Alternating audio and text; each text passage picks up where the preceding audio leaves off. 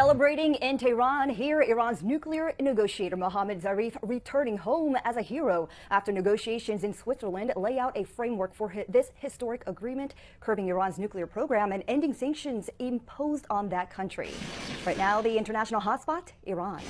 Hello, everyone. I'm Elizabeth here in New York, and right now, Iran's President Hassan Rouhani is addressing this deal. Let's go live to Tehran and listen in. That will remain in the historical memory of the Iranian nation. And today is a day that, from my point of view, is a day of appreciation and gratitude to the great nation of Iran. The Iranian nation, through its resistance and steadfastness, took another step towards attaining the sublime national goals. I have to thank the Iranian nation, since the people, in order to safeguard the people resisted in order to safeguard their interests and national interests, and today they will remain resistant and steadfast, and in the future the people will tread this path. And once again, that was Iranian President Hassan Rouhani addressing his country's efforts to work on accomplishing this nuclear deal, calling it a significant step, a win-win approach in obtaining common goals for all parties involved. But as you can imagine, this tentative deal not sitting well with everyone. Israel's Prime Minister Benjamin Netanyahu saying today that this deal threatens the survival of Israel. Yesterday, an Iranian general brazenly declared, and I quote, "Israel's destruction is non-negotiable." But evidently, giving Iran's murderous regime a clear path to the bomb is negotiable. This is unconscionable. I agree with those who have said that Iran's claim that its nuclear program is only for peaceful purposes doesn't square with Iran's insistence on keeping underground nuclear facilities, advanced centrifuges, and a heavy water reactor. Nor does it square with Iran's insistence on developing ICBMs and its refusal to come clean with the IAEA on its past weaponization efforts. At the same time, Iran is accelerating its campaign of terror, subjugation, and conquest throughout the region, most recently in Yemen. The concessions offered to Iran in Lausanne would ensure a bad deal that would endanger Israel, the Middle East, and the peace of the world. Now is the time for the international community to insist on a better deal. A better deal would significantly roll back Iran's nuclear infrastructure. A better deal would link the eventual lifting of the restrictions on Iran's nuclear program to a change in Iran's behavior.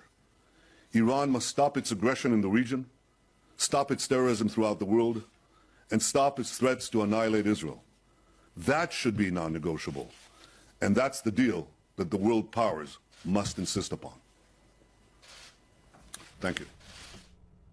And this historic nuclear agreement opening up a window of possibility. That's according to U.S. Secretary of State John Kerry.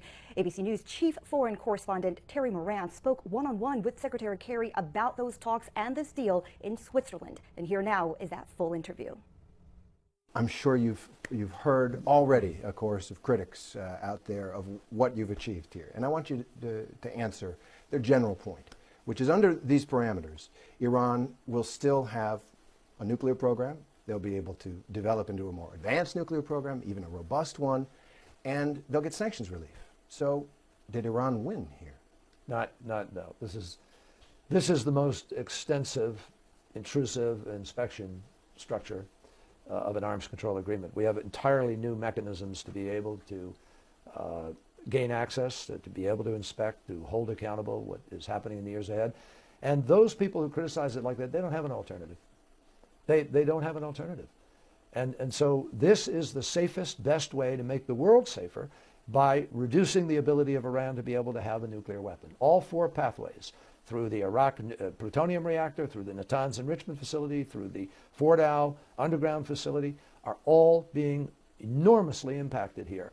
And by virtue of what will happen is we build up a many years of inspection and intrusive insight to their program, we will have much more assurance about what they are able to do.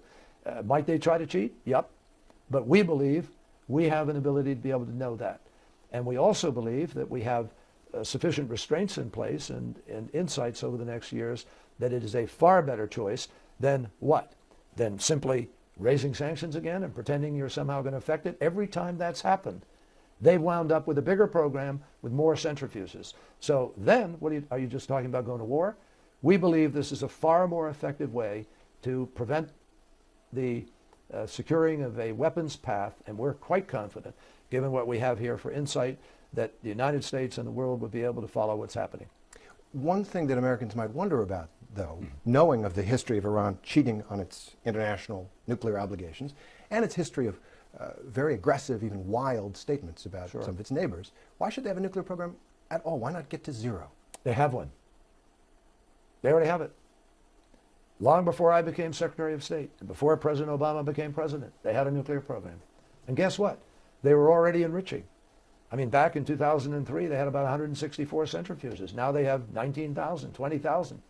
And they have enough to be able to, if they wanted to, make a bomb now. In 2 to 3 months, they could break out. What have we achieved? We've extended those 2 and 3 months to over a year in the beginning.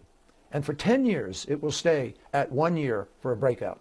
Now, I ask anybody in Israel, are you safer with 2 or 3 months of breakout or a year of breakout? Moreover, we will have long-term insight into their program. Some of these are lifetime, forever mechanisms that will be available to be able to know what they're doing. So as the scientists look at this, not the politicians in the first hours, anybody who just smacked out today and says, oh, I'm against it, had already made up their mind before there was even an agreement. We're looking for the folks who want to be the statesmen and the responsible people to take a look at what's really being achieved here. There's a sense that President Obama wanted this deal more than Iran did. No, and that not weakened on your life. position as a negotiator. Not on your life. President Obama, on several occasions, could not have been clearer about my instructions to walk away if X, Y, or Z doesn't happen. And I won't go into all the details now, but on a couple of occasions I did. We were very clear. Why do you think this took so long? If we wanted just any agreement, we could have done this a couple of years ago. It would have happened before I became Secretary of State. Or we could have done it in the first year. Why do you think we were here for hour after hour pounding away? Because we said, no, we're not going to do that. We're not going to give in on this. We have to do this. And they likewise had certain things they needed. And we have to make sure that whatever that was did not weaken our ability to be able to know what they are doing. I believe we will know, and I think as experts look at this, and I ask you to listen to the experts, let's see how they judge what we've built as a portal, not as a final agreement, but as a portal to get into the final negotiations. Could this whole thing still fall apart in the next few months while you hammer out the details? Of course it could. It could. What's yes. the chances of it getting all the way? I don't have any way to make that prediction. 50-50? I'm not going to play that. I'm going to, you know, we'll do the best we can. We'll try to hammer out. We wanted to make sure this parameter was as strong and forceful as possible, as clear as a bell. If there are weaknesses in it that are surfaced in the next days, terrific. That's why we have 3 more months to negotiate. And we'll go to work doing what's necessary to make clear that this is a way of making the world safer and a way of avoiding the pathway to a bomb for Iran. And that's what we set out to do, and that's what we're still setting out to do. This is not a final agreement. We have a lot of work left to do. What does it mean to you as an American, as Secretary of State? What does it mean to the country as you think about what you did today? Well, what we did was open a window of possibility. We haven't finished the job here, but we have very clearly set milestones of what the parameters of this agreement can look like, and we've been able to move this process forward, and that's important. I think it's very important. You know, I believe in diplomacy. I believe in the possibilities of trying to resolve things. And that's what diplomacy is supposed to be. You know, war is the absence of diplomacy or the failure of it. And I think that if you look back in history, countries have opposed each other. You know, we went to World War II. Look at Japan and Germany. Germany is sitting at the table with us today, an entirely different nation for years and years and years, ever since the end of the war. And so Japan today, one of our strongest allies in the world.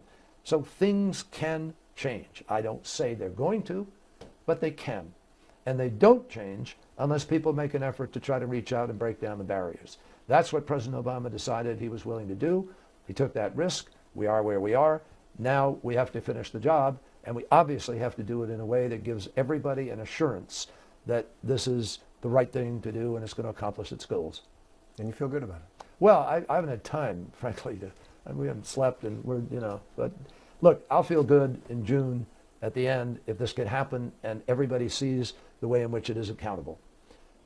Let's hope. We just have to keep working. ABC's chief foreign correspondent Terry Moran talking one-on-one with U.S. Secretary of State John Kerry about this historic plan that lifts sanctions against Iran and suspends uranium enrichment in that country for 10 years. Well, you can keep up with this story in real time by downloading the ABC News app and starring the story for exclusive updates on the go. This has been International Hotspot on ABC News Digital. I'm Elizabeth Herr in New York.